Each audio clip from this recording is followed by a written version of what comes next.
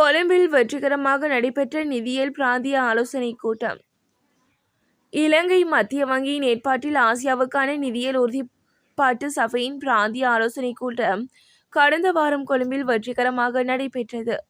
ஆசியாவுக்கான பிராந்திய ஆலோசனைக் கூட்டம் கடந்த ஆண்டு ஏப்ரல் மாதம் நடைபெற்ற நிலையில் இரண்டாவது முறையாக இக்கூட்டம் மத்திய வங்கியினால் ஒருங்கிணைப்பு செய்யப்பட்டுள்ளது. யாழில் சமைத்துக் கொண்டிருந்த இளம் குடும்ப பெண்ணுக்கு நேர்ந்த துயரம். யாழ்ப்பாணத்தில் வீட்டில் சமையல் வேலையில் ஈடுபட்டுக் கொண்டிருந்த இளம் குடும்ப பெண் ஒருவர் நேற்றைய தினம் உயிரிழந்துள்ளார். புலவர் வீதி நவாலி வடக்கு மானிப்பாய் பகுதியைச் சேர்ந்த 23 வயதுடைய கஜன் ஜனுயா என்ற ஒரு பிள்ளையின் தாயை இவ்வாறு உயிரிழந்துள்ளார். கெஹலிய மகளுக்கு எதிராக வழக்கு. முன்னாள் அமைச்சர் கெஹலிய ரம்புக்வெல்லவின் ஒருங்கிணைப்பு செயலாளர் நிஷாந்த பண்டார பஸ்நாயக்க அரசு ஆட்சியாளர்களாக மாற ஒப்புக்கொண்டுள்ளார். கெஹலிய ரம்புக்வெல்லவின் மகள் அமலி ரம்புக்வெல்லவின் வங்கிக் கணக்கு தொடர்பில் தொடரப்பட்ட வழக்கில் தனது ஒப்புதலை வழங்கியுள்ளார்.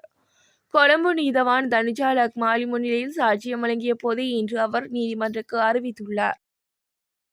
அதிகளவு அயோடின் கலந்த உப்பை விற்பனை செய்த உரிமையாளர். ஏறாவூரில் கடையொன்றில் விற்பனைக்கு வைக்கப்பட்ட உப்பினை பொது சுகாதார பரிசோதகர் கைப்பற்றி பகுப்பாய்வுக்கு அனுப்பியதில் அதிகளவான அயோடின் கலந்துள்ளது என கண்டுபிடிக்கப்பட்டுள்ளது.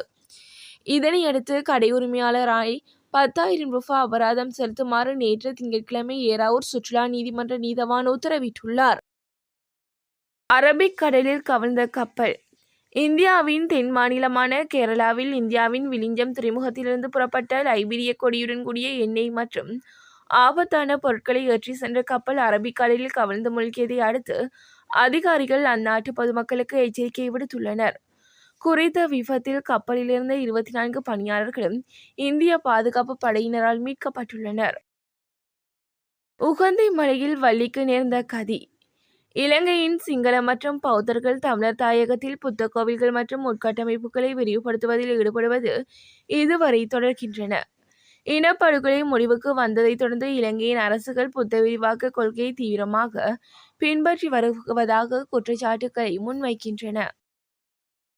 முதலமைச்சர் கழகவிற்காக துருப்பு சீட்டாக்கப்பட்ட காணி விவகாரம். உள்ளூராட்சி மன்ற தேர்தலை அடுத்து தற்போது மாகாண சபை தேர்தல் அனைத்தும் அரசியல் தரப்புகளின் பார்வையும் திரும்பியுள்ளது.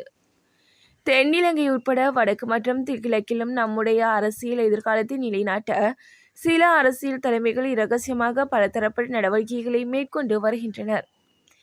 இதில் தமிழர் பிரதேசத்தில் முக்கிய அரசியல் தலைமையகமாக கருதப்படும் இலங்கை தமிழ் அரசு கட்சியின் பொதுச் செயலாளர் ஜனாதிபதி சட்டத்தரணி சுமந்திரன் சில நடவடிக்கைகளும் அண்மை காலமாக பேசுபொருளாக மாறியுள்ளது.